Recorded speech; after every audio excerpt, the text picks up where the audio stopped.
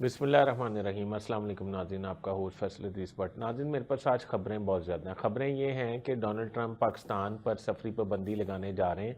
क्या ये पाबंदी किन लोगों पे लगेगी और किन लोगों पे नहीं लग सकेगी, ये मैं आज आपको अपने व्लॉग में बताऊंगा। दूसरा, मैं आपको बताऊंगा कि इस्लामाबाद में नई हुकूमत बनाने की तैयारियाँ शुरू हो गई हैं और ये तैयारियाँ किस तरह शुरू हुई हैं और इसमें क्या क्या होगा और किस तरीके से होगा, ये भी मैं आपकी खिदमत में अर्ज़ करूँगा।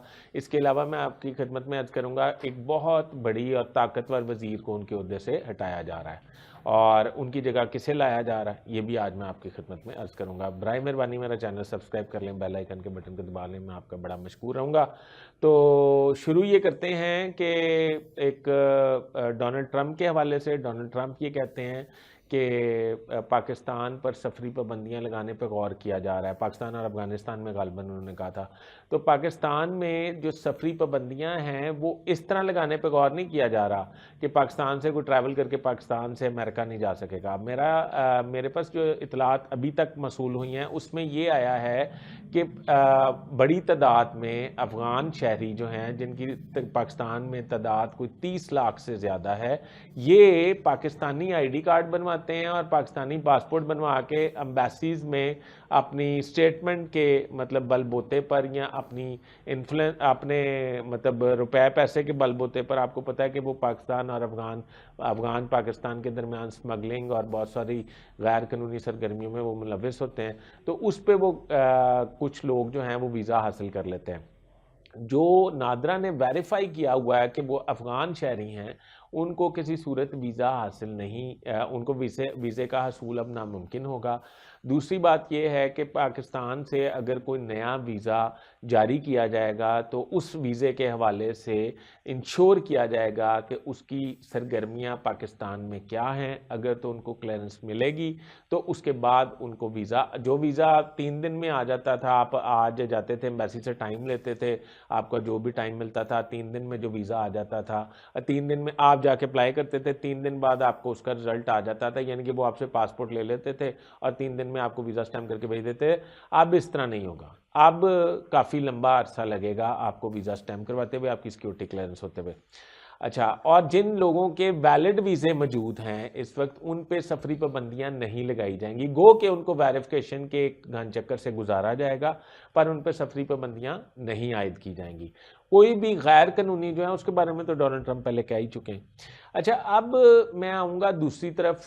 पाकिस्तान में इस वक्त सबसे ताकतवर वज़ीर जो हैं या वजारत जो है वो समझी जाती है वजारत दाखिला, और मोहसिन नकवी उसको इंजॉय कर रहे हैं। अब सूरत हाल ये है कि परवेज़ खट्टक को खैबर पख्तूनख्वा से उठा के मशीर दाखिला लगा दिया गया है और परवेज़ खट्टक को ये टास्क दिया गया है कि वो खैबर पख्तूनख्वा में पीटीआई का जो है ना वो डंट डालेंगे और वहाँ उनके अरकान को तोड़ेंगे और हुकूमत के साथ मिलाएंगे या उनसे मतलब उनसे लैदा हो जाएगी पीटीआई के अरकान हुकूमत से लैदा हो जाएंगे।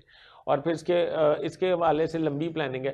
तो मोहसिन नकवी के हवाले से ये बात की जा रही है कि उन्हें वजारत दाखिला से हटाकर उन्हें चेयरमैन पीसीबी रहने दिया जाएगा और उन्हें यह हिदायत की गई है कि वो किसी तरीके से एक बेहतरीन टीम जो है उसका वजूद जो है वो तश्कील दें।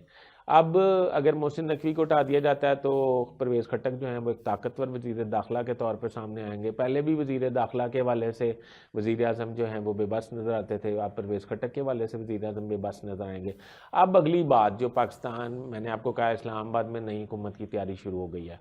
पाकिस्तान ये वो हुकूमत है कि इसमें कैपिटल टेरिटरी एक्ट जो है वो 2025 ये बहुत जल्द कौमी असम्बली में पेश किया जाएगा। न्यू दिल्ली की तर्ज पर एक हुकूमत तश्कील दी जाएगी। मैं आपकी आसानी के लिए आपको बताता हूँ, जिस तरह मिसाल के तौर पे पंजाब की हुकूमत है, खैबर पख्तूनख्वा की हुकूमत है, सिंध की हुकूमत है, गिलगित बल्तिस्तान की हुकूमत है, इस्लामाबाद को भी एक सूबे के तौर पर डिक्लेयर कर दिया जाएगा।